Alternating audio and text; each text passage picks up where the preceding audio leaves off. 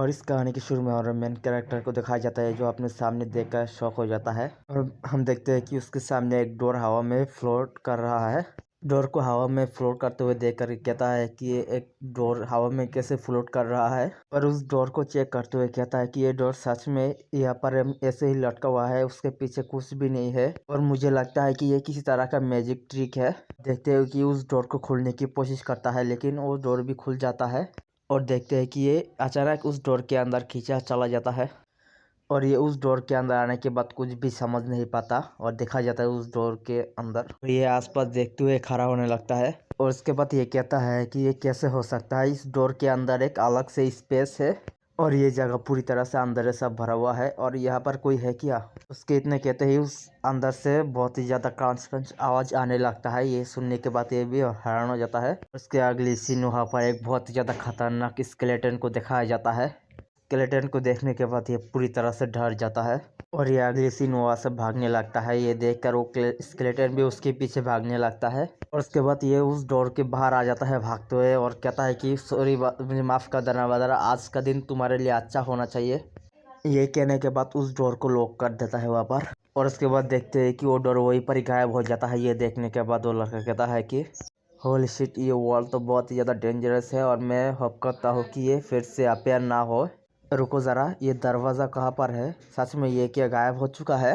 Guys, इसके आसपास देखने से लगता है कि ये अभी हॉस्पिटल में है। और इसके बाद वहाँ पर कोई कहने लगता है कि कॉन्ग्रेचुलेशन वुमन, तुमने वर्ल्ड लिंक एबिलिटी को अवेकन कर लिया है और मैं फाइनली तुम्हें ढूंढ लिया है। ये आवाज़ सुनने के बाद हमारा मेन कैरेक्टर कुछ भी समझ नहीं पाता और ये अपने आसपास देखते हुए कहता है कि कौन है वहाँ पर और कौन बातें कर रहा है मेरे साथ।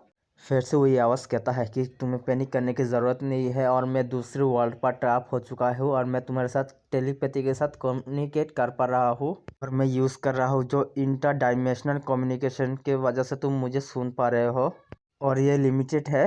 और अगर तुम मरना नहीं चाहते हो तो मैं जैसा कहता हूँ तुम वैसा ही करो। ये सुनने के बाद हमारे मेन कैरेक्टर कहता है कि टेलीपैथी कॉल, आखिर मेरे साथ क्या हो रहा है?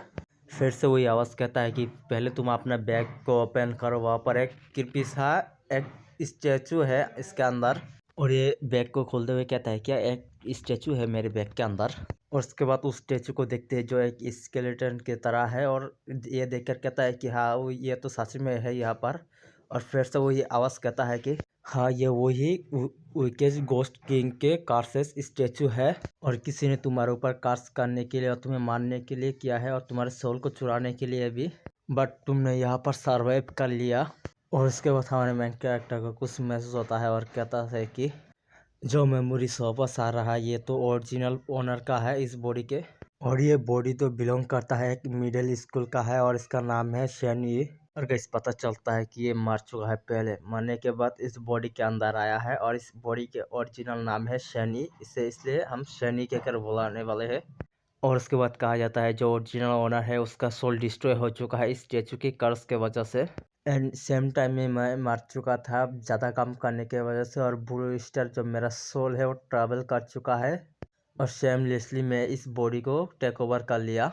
और गाइस हमारा मेन कैरेक्टर जिस वर्ल्ड पर है वो उस वर्ल्ड का नाम है ब्लू स्टार।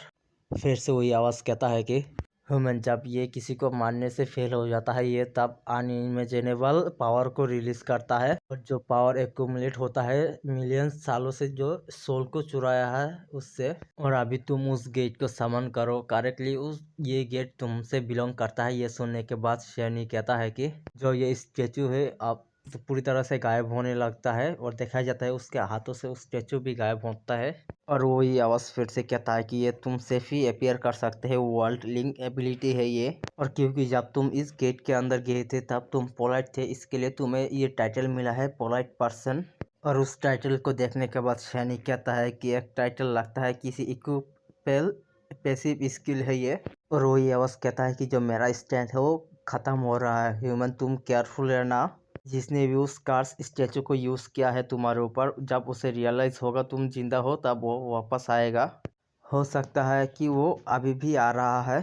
ये सुनने के बाद शैनी उस आवाज़ से कहता है कि और रुको ज़रा, एग्जैक्टली तुम कौन हो, तुम ये सब कुछ मुझे क्यों बता रहे हो?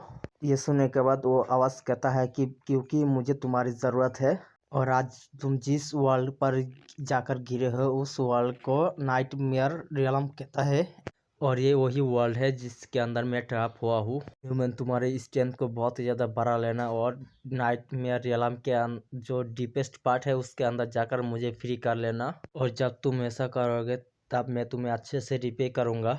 और ह्यूमन, मैं नहीं चाहता हूँ कि तुम वहाँ पर मारे जाओ। ये कहते ही उसकी आवाज़ वहीं पर ही गायब हो जाता है। और उसके बाद शैनी सोचने लगता है कि मैं बहुत ही ज़्यादा मुश्किल से इस वर्ल्ड को पार किया है और कोई चाहता है कि मैं ऑलरेडी मारा जाऊँ। और मैंने सर्च किया था सैन ए की मेमोरी को और कुछ भी पता नहीं चला उसके एनिमी के बारे में और कौन मारना चाहता है उसे। एनीवे, पहले मैं इक्विप कर लेता हूँ इस टाइटल को। और अब मेरे पास कुछ भी नहीं है जो खुद को डिफेंड कर पाऊँ। तो मुझे जाना होगा इस गेट के अंदर और देखना होगा नए टाइटल के साथ। लेकिन जो इस ड्रावना सा स्केलेटन है वो पर है। हालांकि मैं इसके अंदर जाने वाला हूँ, सिचुएशन जब खराब हो जाएगा वह तब वापस भाग कर आ जाऊंगा, इसलिए मैं इस दरवाज़ा के पास ही रहने वाला हूँ। और वह स्केलेटन बहुत ही ज़्यादा स्ट्रांग है, मैं इसे डिफेंड नहीं कर पाऊंगा, लेकिन मैं उसके साथ बातें करूँ तो सही है। जो कम्युनिकेशन है जो ह्यूमैनिटी का एक सही हथियार है। जो इसके स्केलेटन है वो एक डेड पर्सन है और जो एक डेड पर्सन एक ह्यूमन है। टेक्निकली लगता है कि मैं कम्युनिकेशन कर पाऊंगा उसके साथ और मैं फाइंड आउट करूंगा अननोन एनिमी को जो मुझे कर्स किया है। जो पोलाइट पर्सन टाइटल मुझे मिला है, अगर कुछ चेंज कर पाए तो बहुत ही ज़्यादा अच्छा होगा। ये कहने के बाद शैनी उस डोर के अंदर चला जाता है। इसी के साथ इसका यही एपिसोड यहीं पर ही ख़त्म हो जाता है। अगर आप लोगों को कैसा लगा मुझे कमेंट पर आकर बता देना।